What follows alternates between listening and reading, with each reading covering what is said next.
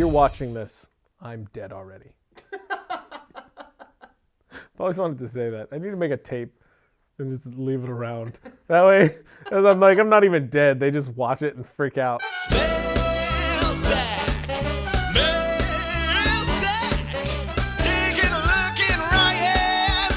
First question, permitting. When shooting on location, do you always get a permit? And if so, what are the costs associated with those? Also, when do and don't you look into needing a permit being an indie filmmaker? Thanks, and keep up the great work. Permitting is a tricky situation, especially when you're on a low budget, and I'm definitely not gonna tell you not to get permits.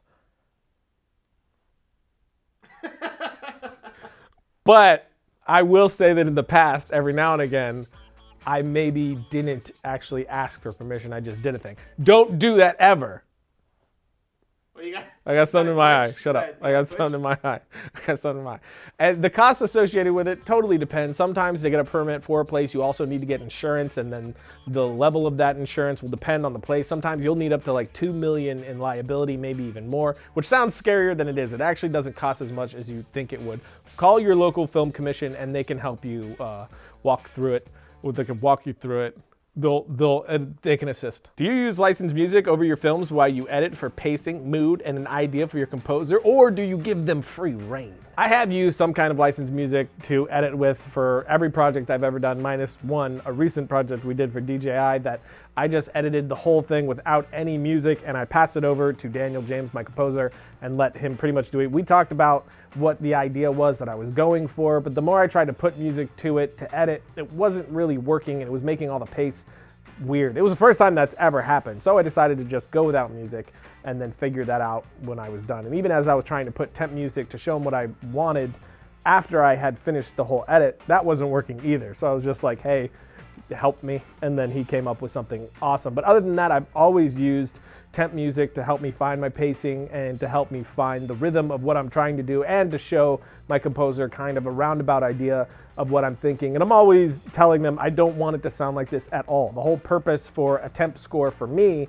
is just to show where I want certain emotional cues and switch ups, not how it actually sounds, just the impact in certain moments that it's giving to the viewer. Because usually in one scene I have like 6 different songs edited all together to get what I want. Why should I ask a question? If it gun to my head, I have to answer that question. What are the point of nails? And that's why you should ask a question. I don't get it. What? I think if the guy just had the gun to your head, you're probably dead. That was a stupid answer. Do you think it's 100% necessary to move to a place like California, Texas, or other states if you want to start your own production company, or do you think it's possible to do that in a rural state like Kansas or Nebraska? I think we're in a great time frame. This, can I tell you something? Can we stop for a second? This sleeve keeps coming down and it offends me. It offends me to that core. And I gotta pull it back up. It's a lot of work. What was the question? I think we're in a great time frame right now to where you can start doing whatever it is you want to do without having to move anywhere specific. I think the main difference that you're going to get by going to a location that has a really good film community is networking and collaboration. I don't think there's a lot of big film communities in most states. There's a very few amount of states that have those good film communities that I know of. I could be wrong there, but I think for the most part, you could start whatever you want to start wherever you're at, because the platform is the internet now, and that goes absolutely anywhere. We started our thing in South Florida, tied in with absolutely no one, just in our own little pocket of the world, making our stuff in, our one location with our group of people. So I definitely think you can start wherever you're at. What do you think of the new Captain America Civil War movie? If you already saw it, I did see it and I absolutely loved it. In my opinion, it's the best superhero movie that's come out yet. I've talked about it a bunch. I have superhero fatigue. I'm pretty much over the whole superhero franchise, but my rule is if the Russo brothers have directed it, I'm in 100%. I absolutely loved it. The way they set up the conflicts and all the stories, all the characters, and then how that came to a head, I thought was fantastic. The action was amazing. It's some of the best action I've seen in a really long time. So really the way that they did this one and the last Captain America movie, to me, were just really great action movies with people with extraordinary abilities. But really they were just great action movies with really great conflicts. So I loved it. Favorite book on script writing? I don't love books on script writing. I kind of agree with John August and Craig Mazin, and I think they're the ones I heard say it first about 4 years ago.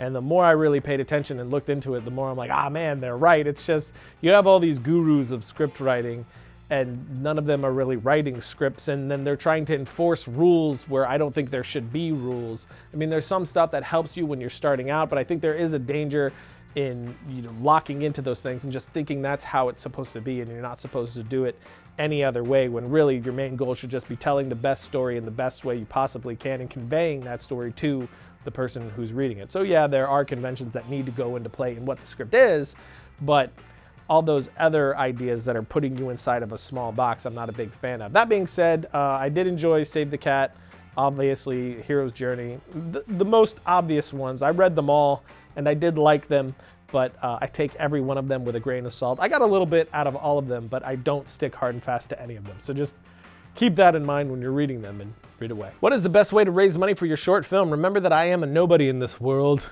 How can I get people to give me money for my short film? That's enough of that talk. Come here. Come here. Come closer. A little closer to the screen. You're somebody. Okay? You're special. You're special to me. You're special to your mom or auntie or somebody in your life. Probably likes you. You're a good guy. Okay? Stop being so hard on yourself. That is such a hard thing to answer, because I think another thing that's exciting going along with the question from before is the landscape that we're in right now. It's kind of the Wild West in a lot of ways. There's so many things popping up like Patreon, Kickstarter, Indiegogo, Vessel, all these different avenues that you can use to get money for your videos, or get a budget to actually make a thing.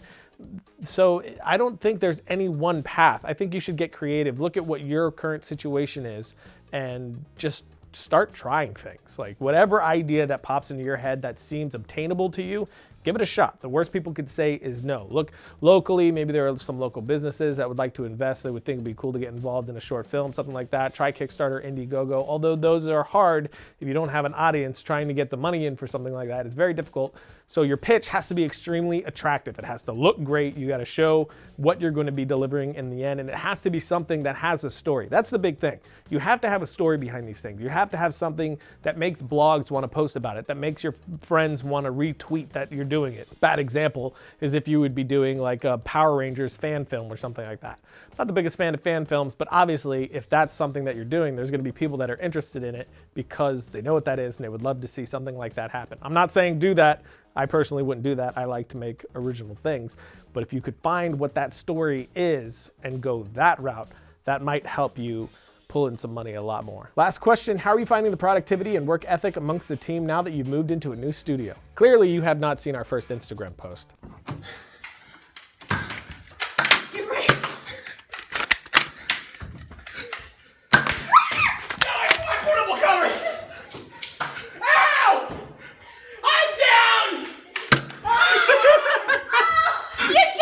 Other than that, it's much higher. Being outside of a comfortable home type environment where, yeah, it was a place that I rented to specifically be half of a studio, so we turned the house into a studio.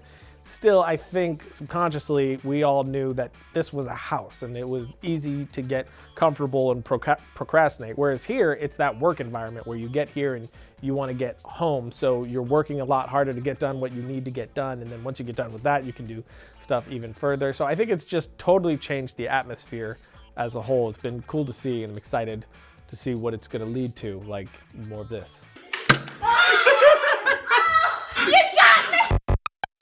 Working in the film industry is exciting and rewarding, but if you don't know how to get involved or aren't quite sure what role you want to take on, Full Sail University can help you out. Full Sail offers film degrees on campus and online that really show you what it's like to work on a film from start to finish. You even get to work hands-on with the same equipment the professionals use. The campus undergraduate film program introduces you to the different roles involved in filmmaking so you can figure out if you're more of an editor, director, or even a camera operator. Also, check out the online digital cinematography degree where you learn the film basics basics with modern digital spin. Or maybe you already have film experience and are ready to take your skills to the next level. You can build a graduate level portfolio and perfect your technique with the film graduate degree. Full Sail grads have gone on to work on films including Avengers, Age of Ultron, Minions, Jurassic World, Frozen, and a ton more. If you want to find out more about these film programs and how to get started, visit fullsail.edu/FilmRiot.